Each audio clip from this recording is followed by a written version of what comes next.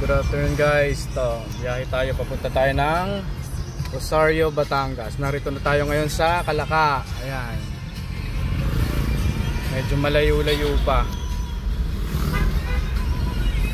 Para bukas mabisit natin yung isa nating property doon.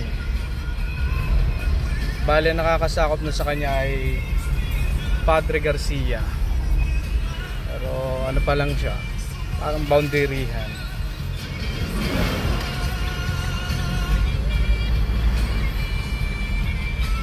Medyo traffic dito, may ginagawa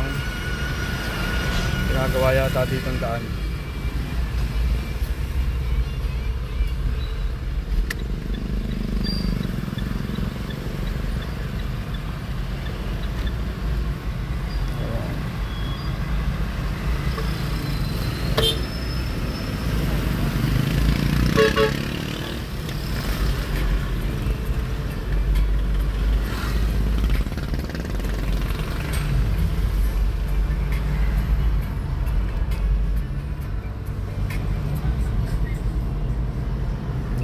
Medyo makulimlim.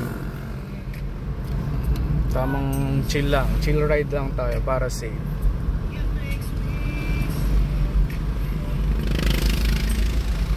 Ayan. Ganda oh. Mga tubo.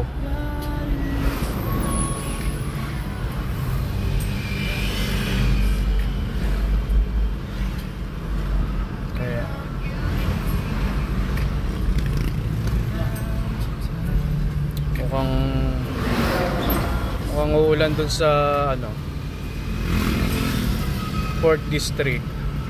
First District kasi ito ng Batangas. Parang medyo maulan na dun sa bandang Fourth District.